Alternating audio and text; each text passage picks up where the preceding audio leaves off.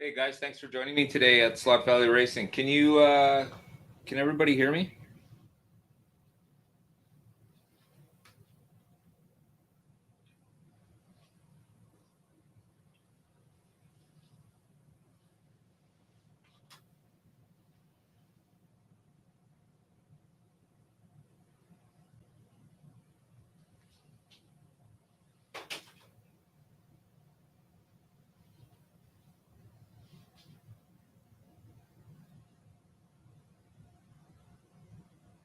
Can everybody hear me?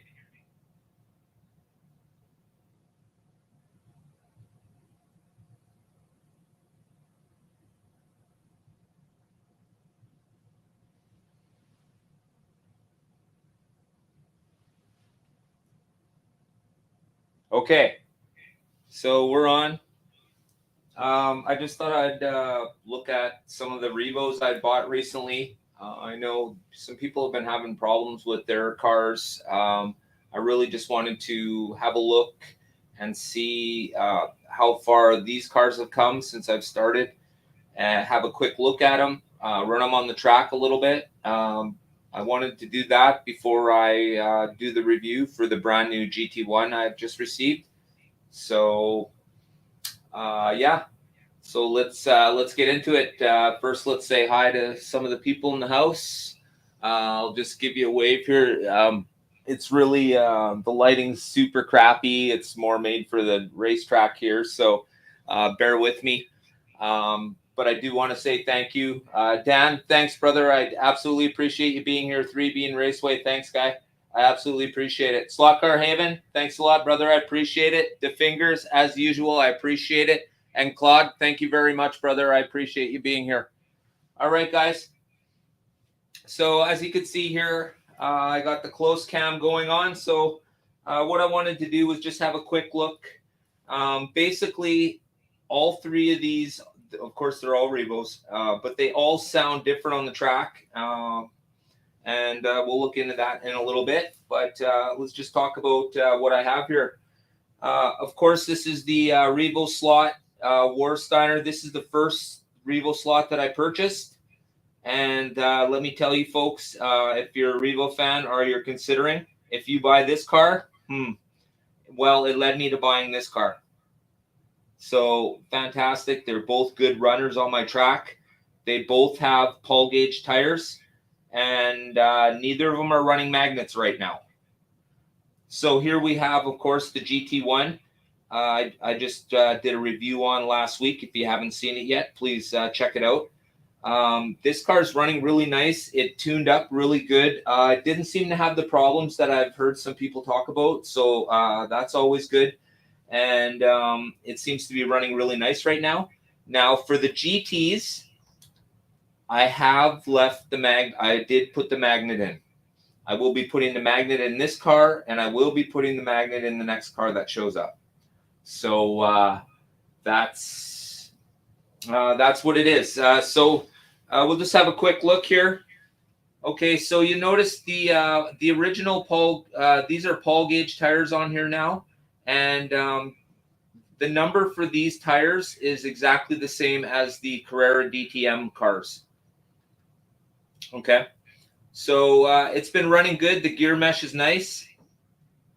I want to thank Dave at Slot R for helping me out with the Revos and getting them set up, and talking a little bit about the braid, because I could tell this just won't do. It's going to need something a little more substantial. Okay. So of course here we have the GT1. The mesh was nice. It's getting worked in. Once again, here we have the Paul gauge tires. This is the Carrera DTM once again. Okay. And here's the second one that I bought. It's almost exactly the same. The gear mesh is really nice. The braids are running good. But once again, of course, they will need changing very soon. I found all the wheels and hubs are running really nice and performing like they're supposed to. The bearing hubs are absolutely fantastic. And if you note, the Paul gauge tires are a bit narrow. but they grab better, so makes up in the end. All right.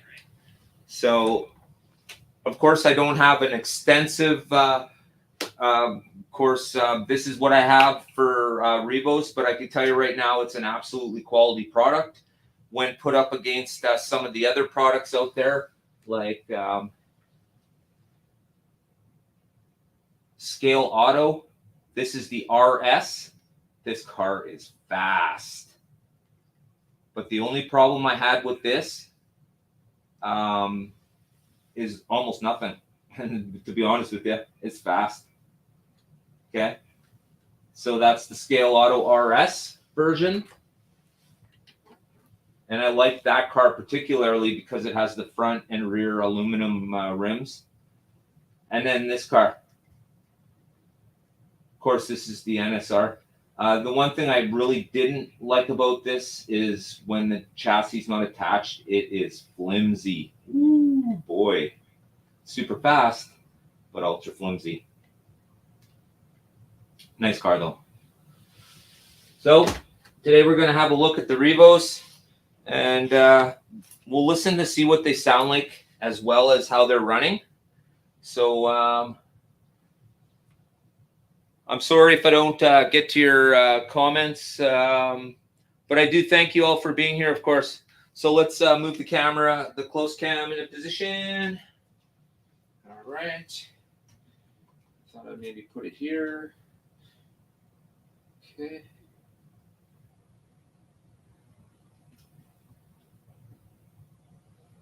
Right.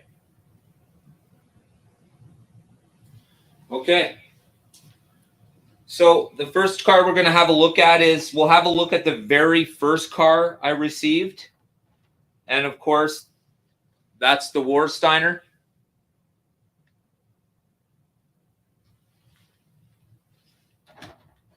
Okay, so after warming it up and getting it oiled up and get the motor ran a little bit and have the car just running in a much better condition from straight out of the box. If you listen to how this car runs in comparison to the rest of them, this car is like ultra quiet, but they're so incredibly fast. All right. Of course, I know the big joke is, the guy who should know better is using the basic slot car controller, but that'll at least show the cars. The problem with this controller is if I stomp on it, the car doesn't go anywhere because there's just too much power. Oh, okay. Oh.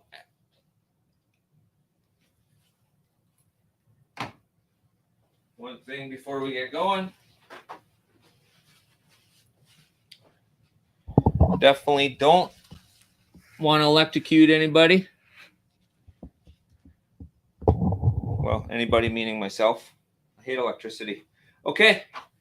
Kind of odd that this is how we choose to spend our hobby time, playing with electricity. Okay, guys, here we go. So keep in mind, this is the very first Revo I bought. This is the Warsteiner. Man, this car is absolutely fantastic.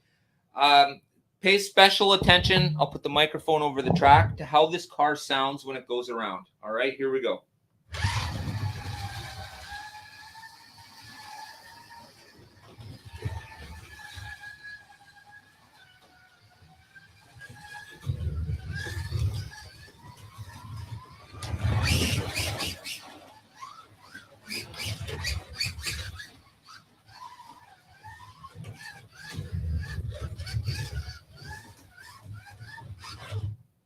Okay, so that was the first Warsteiner I purchased, and of course it brought me to the blue Warsteiner, or pardon me, the blue Mercedes-Benz, Mercedes sponsored. Holy mackerel.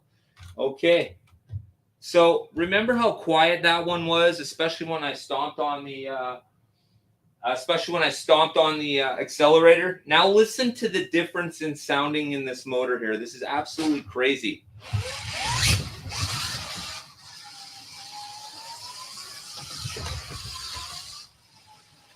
This motor is much louder. I wouldn't even really say louder. It's just a bit noisier. But it totally screams like a crazy nut. These tires are flying. This car is good. Here, ready? Woo!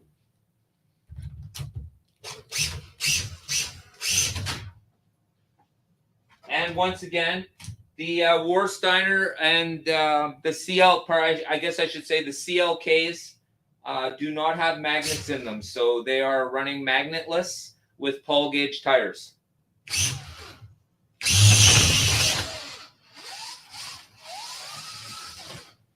All right. So that's the blue. Now, the new one. I find it completely amazing how the chassis for these cars is basically the same, but yet the sound of the car itself is absolutely different. All right. So let's have a listen to this one. First, we'll cruise it once. You can already hear it's a little bit louder. And remember, this car does have the magnet in it, about 1 centimeter in front of the motor.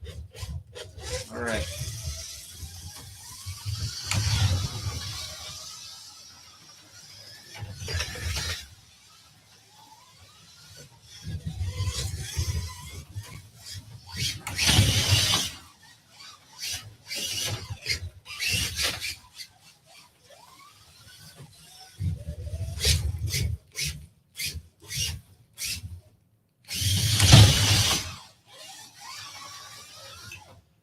So this car is a bit of a screamer as well. That's the red Toyota GT1. Very nice. Totally. Delivery on these cars are really great. The detail is beyond anything in HO. Running them on the track actually is pretty enjoyable, especially being on the Carrera track. There's plenty of room, and it is a really nice experience. Yeah. So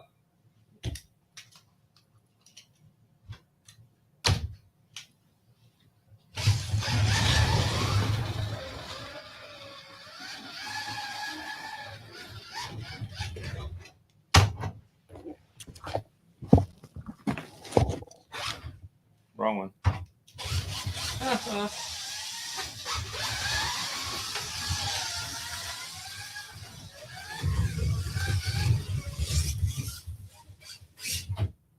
Whoops.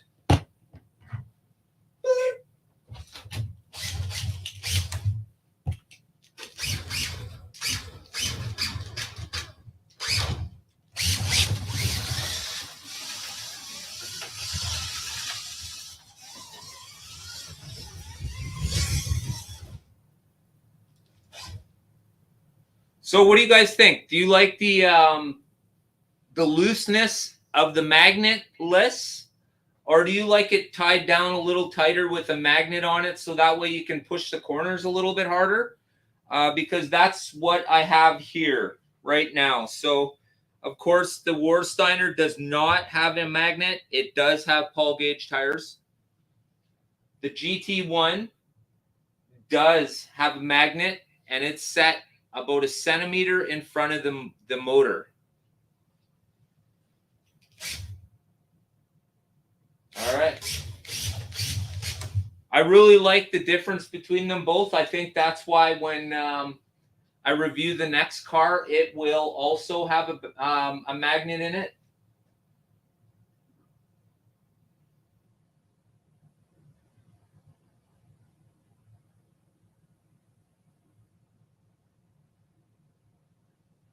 The fingers, it's about, I think it was like 9.5 by 20, 9.5 by 20, somewhere around there. No, Megan, your Revos, yeah. Like I said, I think the GT1s are the only cars I'm going to leave the magnets in. The Warsteiner and the CLKs, I should say, they run absolutely fantastic without magnets.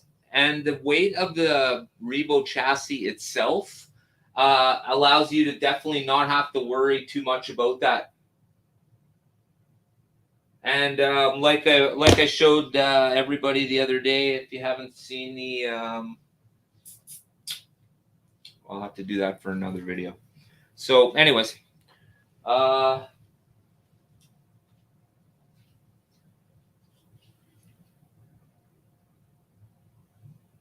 right, that's what I've done too for racing with my wife. I leave the magnets in all the Carrera cars. She's getting better, and it's really becoming fun and entertaining now. So the next edition will be for us. We'll be running Revos on Sunday. So if you guys are looking for something to do Sunday, make sure you come check out the race we'll be running. It won't be that long. We'll just be giving her. I think I finally found a car that she really likes. So, that's pretty important when you're trying to get your spouse to race with you. I think it's kind of important that you make sure that they have the car they want. That way they're more inclined to want to race it, right? It's one thing to put a controller in somebody's hand and them tell you, no, I don't want to race. Nobody's ever said that once you've already put the controller in their hand. Let's race, right?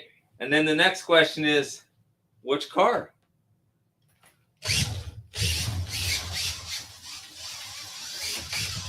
But certainly the one thing I do like about the Revos is just how well built they are. I'm very impressed with the quality. I mean, it's pretty much beyond none. They're like even the Scale Auto or the NSR, the 12 Hours of Bahrain.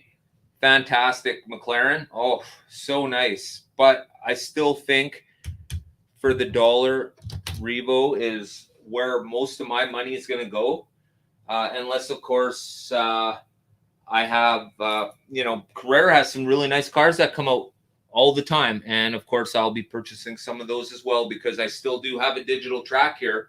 The only difference is when I lock the track in for my scenery, I will not be doing anything to lock this area in here because that way I'm still able to put the digital track in.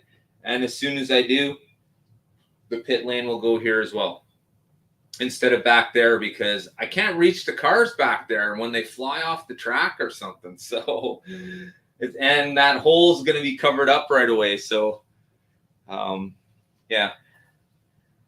So that's pretty much it for now.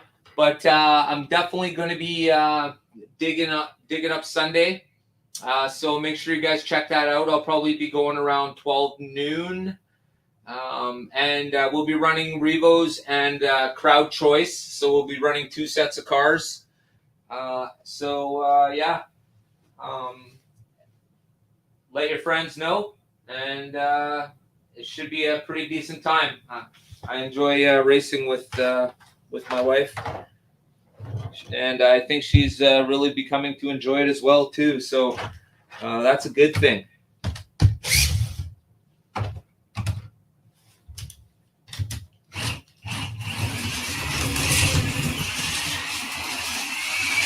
And, well, before we head out, here's a little AFX action for you.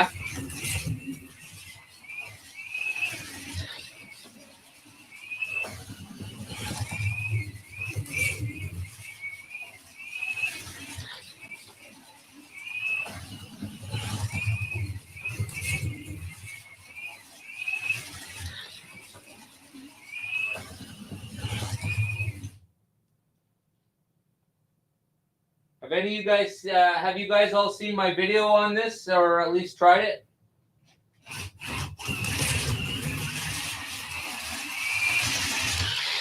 Man, I love how this works. It's so awesome. Yeah, no kidding, eh? And here's the thing.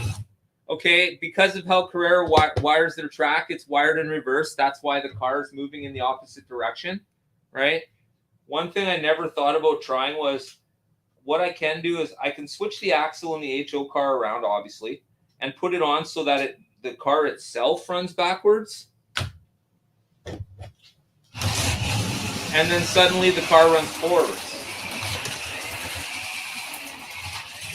So what I have here is, for everybody who's in the house, what you have here is the race of time.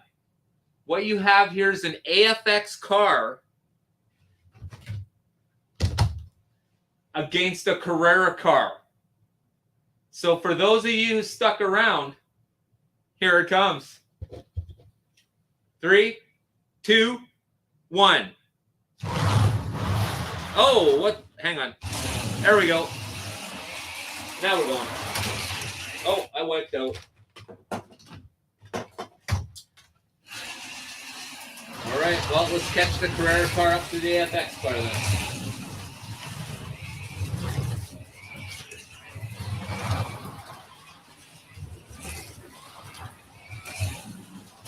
Oh! Dang!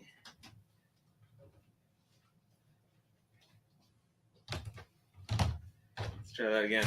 We'll give AFX the head start because I can hold that one all the way down. And go.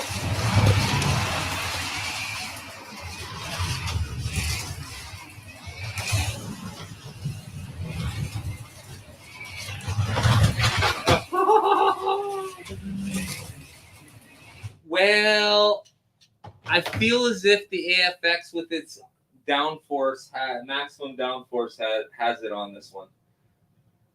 So, yeah, we'll have to get back to that one again, maybe. I got a few Peugeot 908 AFX slot cars that would probably run really nice on this track. Let me. Damn it.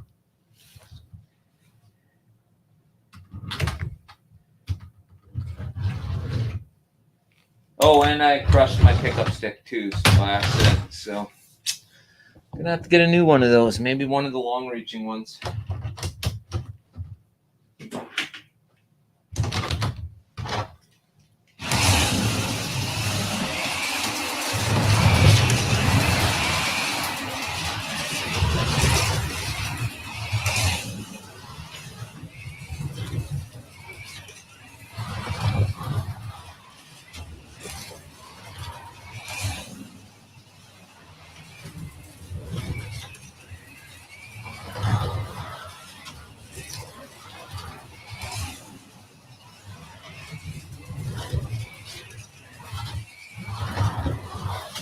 Oh!